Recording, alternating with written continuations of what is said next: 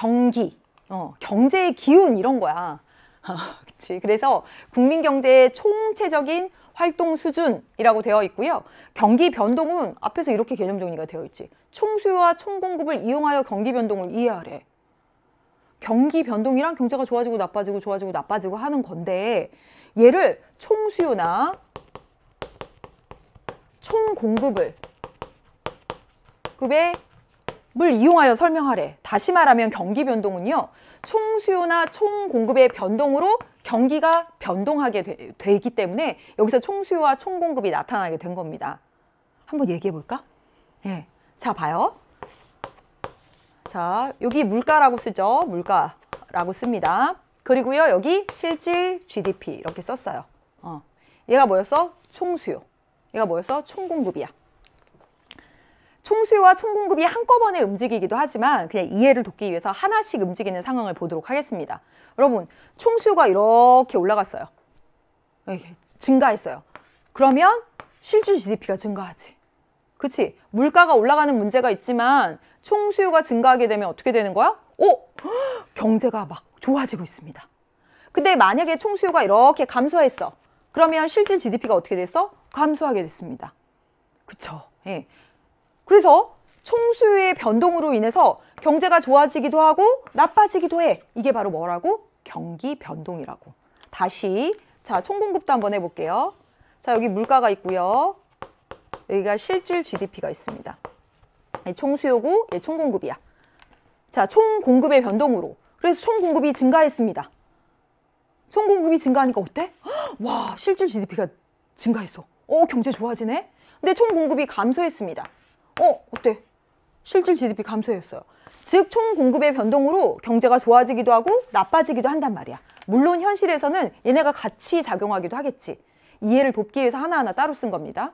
그래서 총수요나 총공급이 왔다 갔다 하고 얘에 따라서 경제가 좋아지기도 하고 나빠지기도 하더라. 그걸 뭐라고 한다고? 경기 변동이라고 한다고.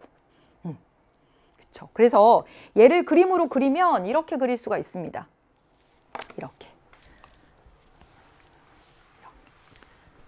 이렇게 그릴 수 있어요. 시간이 이렇게 흐르면서 실질 GDP가 우리나라 물론 실질 GDP가 이렇게 줄어들어서 경제가 막 완전 추락하는 나라도 있을 수 있죠. 한때 세계를 막 호령하다가 이렇게 떨어지는 나라도 있지만 이제 전반적으로 쭉 실질 GDP가 올라갔다라고 얘기를 해보도록 하겠습니다. 예, 경제가 좋아진 거야. 근데 경제가 좋아질 때 이렇게 줄줄줄줄 계속 좋아져 이렇게 가지 않는다는 거야. 앞에서 본 것처럼 이렇게 좋아졌다 나빠졌다 좋아졌다 나빠졌다 이거를 막 반복하면서 이렇게 올라오는 추세라는 거지. 그래서 이렇게 그린 겁니다. 이렇게. 그래서 쭉 좋아졌다 나빠졌다 좋아졌다 나빠졌다 하고 이 가운데가 뭐냐면 평균적인 수준이라고 보시면 됩니다. 예, 직선이 평균적인 수준이야. 그래서 경제는 이렇게 좋아지는 국면, 이걸 바로 상승 국면이라고 말합니다. 상승 국면과 이렇게 내려오는 거, 이걸 하강 국면을 반복하게 되는 거예요. 상승 국면과 하강 국면을 계속 이렇게 반복해 가고 있습니다. 상승 국면, 하강 국면 이렇게 반복해 가고 있죠. 그렇죠? 그래서 이렇게 여기를 정점이라고 말하고요. 정점이라고 말하고 평균적인 수준보다 낮을 때를 저점이라고 말합니다. 저점. 그래서 저점에서 저점 또는 정점에서 정점, 얘를 한 주기라고 말하는 거야. 그래서 이렇게 한 주기로 읽어도 되고 이렇게 한 주기로 읽어도 되지. 정점에서 정점, 저점에서 저점을 한 주기로 읽으시면 됩니다. 그래서 하나의 주기는 상승 국면하고 하강 국면으로 이루어져 있는 거야. 어려운 내용 없죠? 그렇죠? 그 다음에 이 상승 국면과 하강 국면은 또 각각 하나, 둘, 셋, 네 국면으로 나눌 수가 있습니다. 무엇을 기준으로 그렇게 나눌 수가 있을까? 그렇지, 여기 평균적인 수준보다 낮았을 때, 평균적인 수준보다 올라갈 때, 정점에서 이렇게 내려갈 때, 근데 내려가다 못해 평균적인 수준 밑으로 내려갈 때, 이렇게 네 가지로 나눠볼 수 있다는 거예요. 됐죠? 예. 그럼 보도록 하겠습니다. 저점은 가장 경제가 침체된 시기야. 근데 거기서 이렇게 올라가고 있는 추세야. 그래서 얘를 뭐라고 부르냐면 회복기라고 부릅니다. 이 용어 그대로 이해되시죠? 아주 가장 저점에서 올라가고 있는 거니까. 근데 이제 올라가면서 평균적인 수준을 넘어섰어. 그러니까 경제가. 굉장히 좋아지는 거지. 얘를 그래서 호황기 또는 확장기 이렇게 부르면 됩니다. 얘를 그렇게 부릅니다. 그래서 얘를 호황기라고 부르기도 하고요. 또는 확장기라고 부르기도 합니다.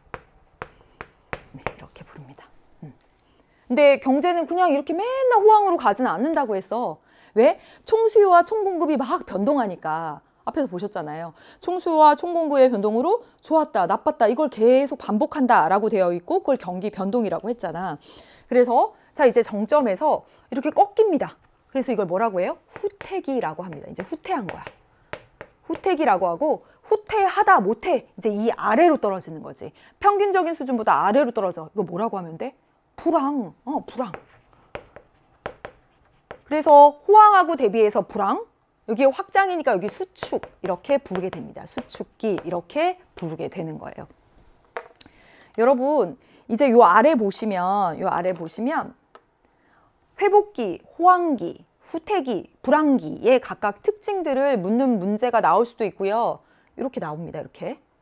그래서 생산, 투자, 고용, 소득, 소비, 실업, 재고가 감소하느냐, 물가가 어떻게 되느냐에 따라서 얘가 각각 어떤 시기인지를 굳이 외울 필요가 없습니다. 자, 여러분 잘 생각해봐. 생산, 투자, 고용. 자, 생산, 투자, 고용. 증가하는 추세 어디서 나타날까? 생산, 투자, 고용이 증가하는 건 바로 여기서 증가하는 추세가 나타나겠지. 그렇지? 회복하면서 호황기까지 다 생산, 투자, 고용은 증가하는 추세로 나타나겠죠. 그리고요. 여기 후퇴기, 불황기에 생산, 투자, 고용이 다 감소하겠죠. 맞죠? 자, 여기 보세요. 그래서 생산, 투자, 고용, 소득, 소비 증가하고 최대에 이르는 시기, 소득, 소비가 상승하다가 최고에 이르는 시기는 다 어디? 상승 국면 두 가지입니다. 그래서 자, 여기다 이제 이걸 지워볼게요. 봐봐. 생산, 투자, 고용이 올라가다가 최대로 갔고요. 소득, 소비가 상승하다가 여기서 최고치로 갔어. 그럼 여기가 어디겠어요? 여기가 회복기. 여기가 어디예요? 호황기, 확장기. 이렇게 하시면 됩니다. 이해되셔? 그쵸? 봐. 물가도 어떻게 되지? 물가가 일반적으로 경제가 호황기 때 상승하다 여기 최고조로 이렇게 가게 된다는 거예요. 그 다음에 자 여기는요. 경제활동이 위축될 때, 가장 활발했다 위축될 때요. 그래서 생산, 투자, 고용이 감소되다 여기 이제 최소로 가게 되는 것이고 소득, 소비도 하락하다 못해 이제 여기 최저로 가게 되는 거야. 그러니까 여기가 상승 국면, 여기 하강 국면 이렇게 되는 거죠.